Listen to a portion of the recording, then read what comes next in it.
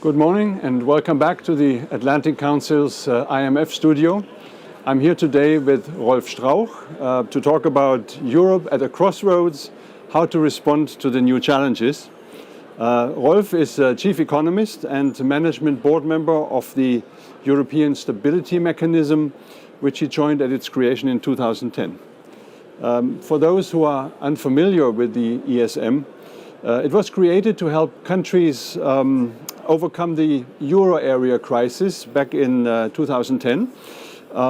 It's directly funded by euro area member states and provides countries with loans in exchange for certain stabilization policies.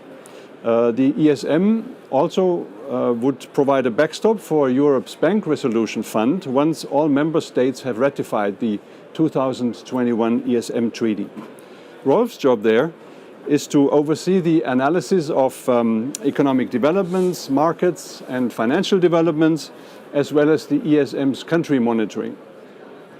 Rolf represents the ESM at international and European meetings and serves on advisory committees for several academic institutions. Previously, he worked at the European Central Bank on fiscal and monetary policy and held economist roles at the Deutsche Bundesbank and as a researcher at the University of Mannheim and University of Bonn. Rolf, you're quite active in speeches. You publish, most recently, a piece on the shifting global landscape in GeoEconomics. Check it out. And you're also podcasting. So go to Spotify after that and maybe have a look at what Rolf has been talking about. So welcome, Rolf, and thank you for being with us. Let's talk about the European economy. It is getting squeezed these days between US trade policies, Chinese export subsidies, and of course, the Russian aggression in Ukraine, and more broadly now, slowly. How is it keeping up, the economy? How is it doing?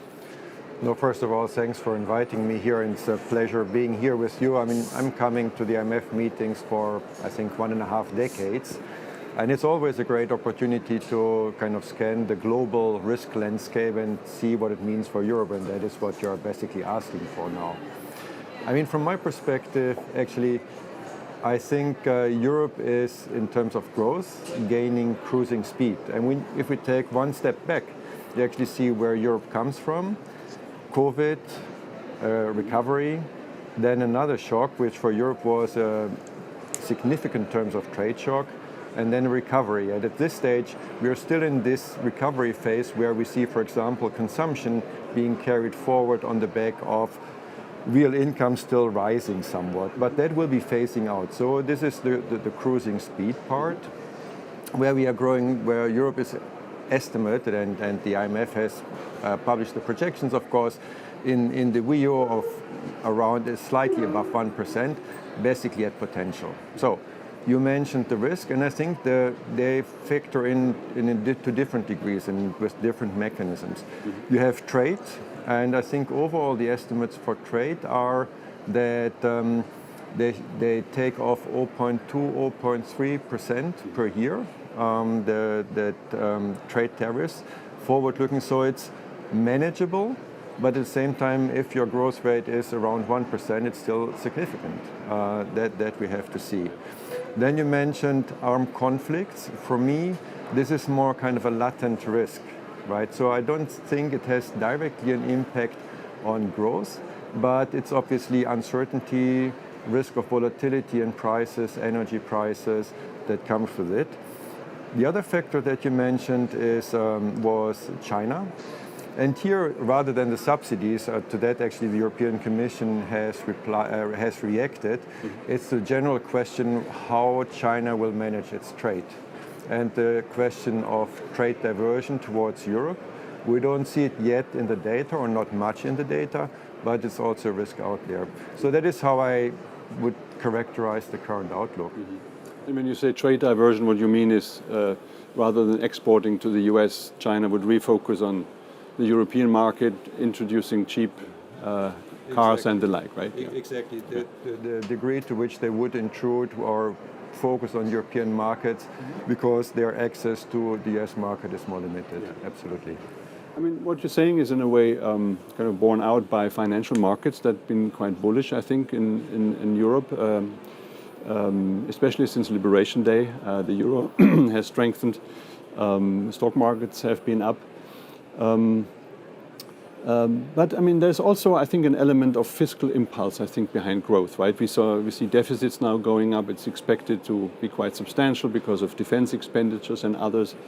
And bond spreads have risen also significantly in some countries as the budget pressures are building up. I mean, France, for example, right, is in a difficult position, I guess, right now. So how do you read these signals? They're a bit contradicting. I mean, again, for that, it's great to be here in Washington and also get the global perspective. I think generally market optimism and calmness is still to be tested.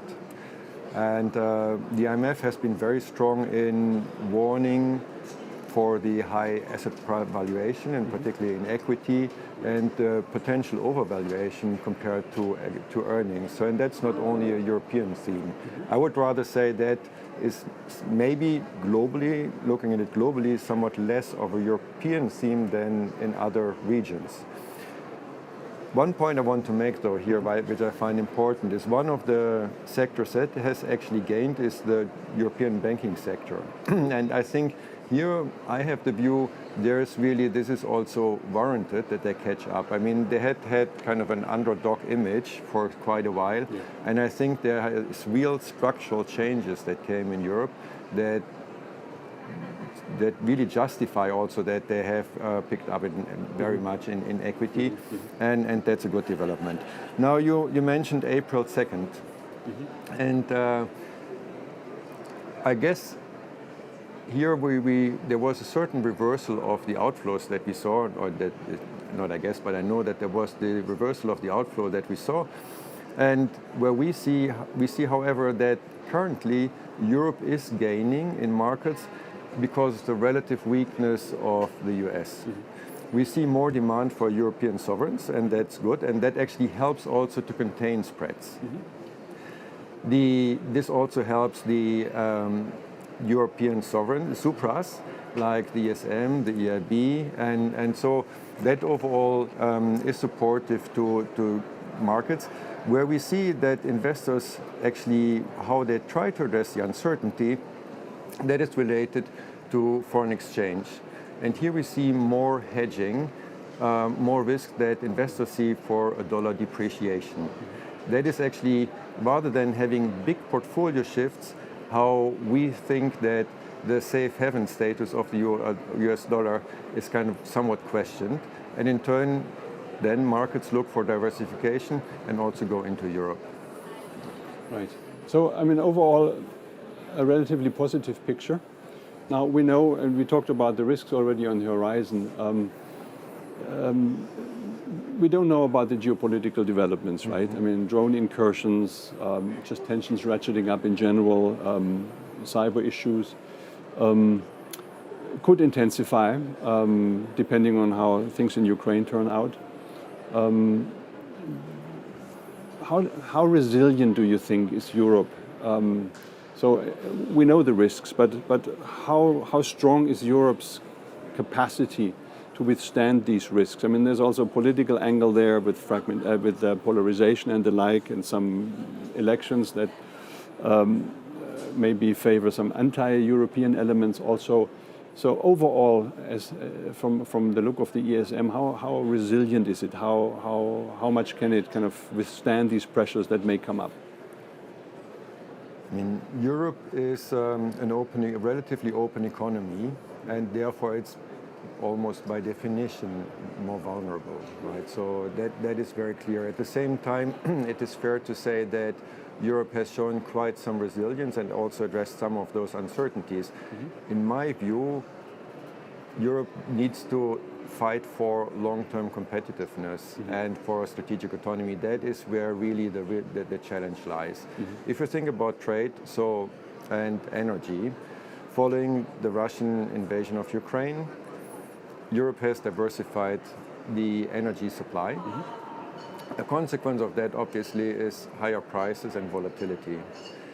We have to live with this as energy importers to the point that we generate our own energy, and that is where the long-term strategy lies and why it's beneficial to invest in renewables.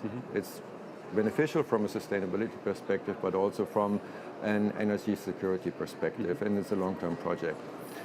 Thinking about trade, we have the trade deal with the US. That per se was very helpful because it avoided a worst case scenario, and from that perspective takes uncertainty out. At the same time, it does not end uncertainty. I mean, we have seen actions afterwards taken by the US administration. We now also recently saw a Chinese response to that, which also affects Europe. And that's a point Europe has to live with. Fortunately, at the micro level, we see that firms diversify supply chains, and that's a very good point for me, that there is more certainty from that, more resilience at the micro level. And in fact, that we also have to take into account is that although the trade deal is good in the short run, it does affect export sectors. It does affect sectors particularly like manufacturing that were traditionally the sources of productivity growth. So there is even then an issue for competitiveness where Europe, I think, needs to strive more in order to take the right policy measures. The last point that you mentioned is about security, defense, and you mentioned the drones. Again, for me, there are 2 points. One is the short-term risk, the latent risk that an accident may happen, and we hope, of course, not, but there is calculated provocation, and we cannot have certainty. The other part is, and that goes back to the fiscal situation that you mentioned before, is Europe has decided to get more strategic autonomy, do more for its own security, which I think is warranted. But obviously that must be digested in fiscal terms. And I mean, our line on that is that in order for this to be sustainable, 2 points. You must maximize the fiscal multiplier, so do as much as you can to make it growth relevant, and to have actually spillovers to the economy. The second point is we know that permanent expenditures have to be integrated into the budget. So there's an issue of reprioritization that should be tackled pretty heads-on. Yeah. I mean, that's the autonomy part and the financing of it, but you also, of course, mentioned productivity. Maybe let's focus on that for a second. First of all, also, we need to see kind of Europe against the demographic background, right, which is, of course, very weak. And so productivity is even more important, especially if you want to finance all the baked-in expenditure over the medium to long term. But there are some initiatives like the Savings and Investment Union, as it's now called, that are really slow in coming. I mean, there is progress, but it's very slow. And in general, we just see how here in the US, a lot of money is being channeled into large-scale investments into technology, which they hope here will boost their productivity. But when Europe decides or wants to implement similar projects, and I'm not saying that Europe should go into AI, but these big investment projects, it often takes very long and it's difficult. So where do you see kind of levers for Europe to raise that productivity in the relatively short term and not like in 10 years when it's already too late almost? So it needs to happen relatively fast. So how should this be done? I mean, from my perspective, when you think about Europe's role, there are the 3 points, the 3 S's, which is the single market, solidarity and subsidiarity. And I think the policy response kind of has to be focused on those kind of principles, and it is. You mentioned single market is savings and investment union, and that is one of, I mean, the IMF has calculated that if Europe really improves on the single market, that has a significant growth dividend, right? So it's about 7 percentage point of GDP, and it's a growth dividend that we need to reap. We need to reap it in order also to finance all the investment that is necessary. And here, the Savings and Investment Union is a significant step also towards single market. We have made proposals on our side or analyzed the issue and made some proposals on how one could move it. And I think it's very important for the Savings and Investment Union to really focus also on retail, on the retail investors, bring people and firms in. And that you can do with savings accounts, you can do it with more capitalized pension systems, strengthening the second pillar of the pension systems. And that will help to deepen and broaden markets. And in order for savings not to be kind of invested in low yielding deposits, but actually finance equity. I think that will be a key factor. And I think it's also good to see that the Commission is moving on that. The Commission has now prepared recommendations in that regard. So they actually try to be very active and promote the agenda. There is also a competitiveness lab initiative which allows member states to join freely and compare best practices. So there is actually some activity ongoing there. The other parts is with solidarity and subsidiarity. And these are complements, obviously, and the European level should act where national levels can't or where it's more efficient. And we have built up, I think, a good institutional setup for this with the European Commission, the EIB, the ESM, acting in different fields. And there are let me just mention two initiatives that I think are important. The one is the new proposal for the EU budget, which for the EU is called the Multi-Annual Financial Framework. So the 7-year budget plan, where the Commission has been pretty courageous, I think, in actually proposing a changed setup, more flexibility, more growth orientation, more money going into competitiveness and AI technology, which I think is a very good step, and that should be carried forward as much as possible.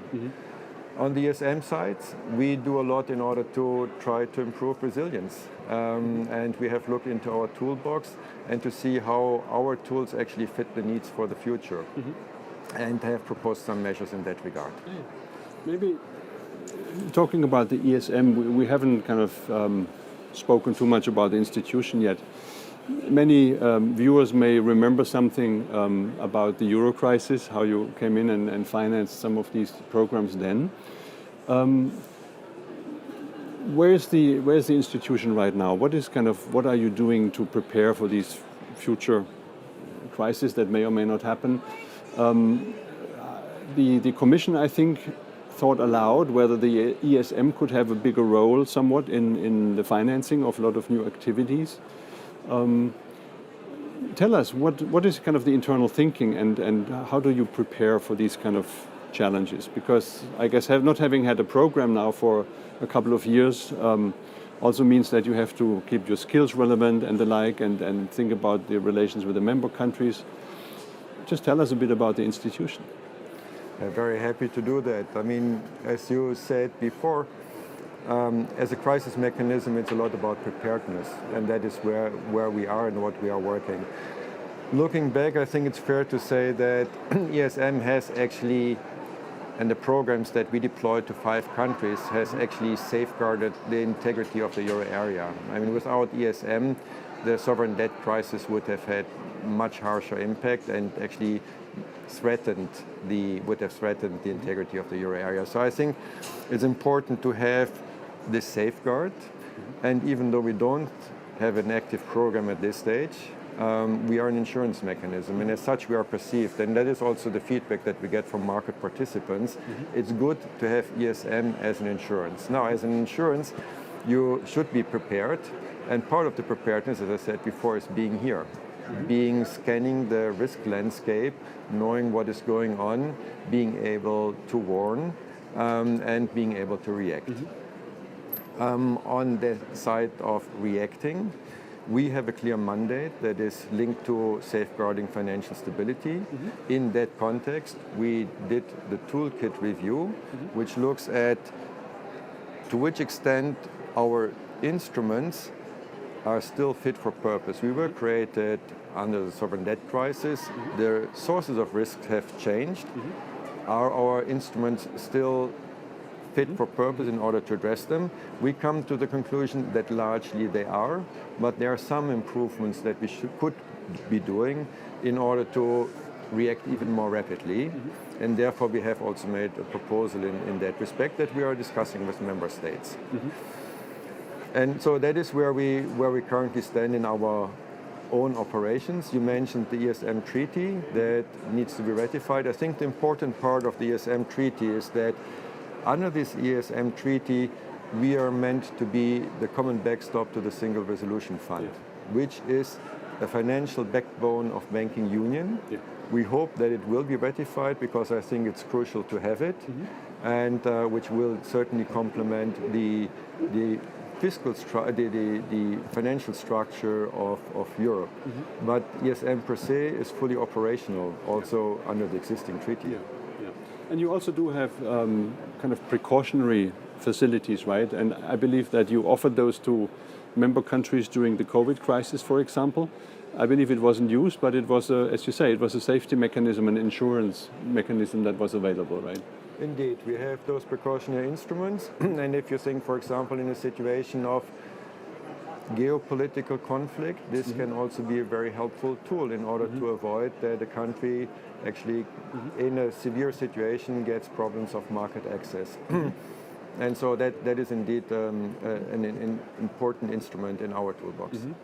And I mean, again, for viewers who don't know the ins and outs of the ESM, how do you finance yourself, and what kind of amounts could you mobilize over a relatively short period if such an emergency were to happen? So the ESM on the lending side largely operates like the IMF. So we provide financial assistance and resources to governments in order to regain market access, or in order to gain time for reforms, or for precautionary purposes. But on the other hand, we are much more like the World Bank, that since we don't have a direct link to central banks, so we get our money on financial markets. So we issue to the market. That also explains our financial structure. That means that we have, from member states, capital, 700 billion, more than 700 billion of capital, of which 80 billion is actually paid in. And that is the backing that allows us to issue to the market at a very good credit rating, and therefore also at a very beneficial rate for the amounts that we lend to countries. That is the financial structure that we do. In that context, we have shown that we can mobilize significant amounts of money when needed through different mechanisms. So, and we have over the years established a broad net of investors, 1,800 investors overall. So, and have a global outreach as an issuer. Excellent. Well, Rolf, it's been a pleasure. Thank you much. Thank you for very much, joining Martin. us. And to our viewers, we'll be back at 1 o'clock, where we talk about how to save the global economy, which countries are left to provide the impulse for sustained growth going forward. Check us out and see you then. Thank you very much for watching.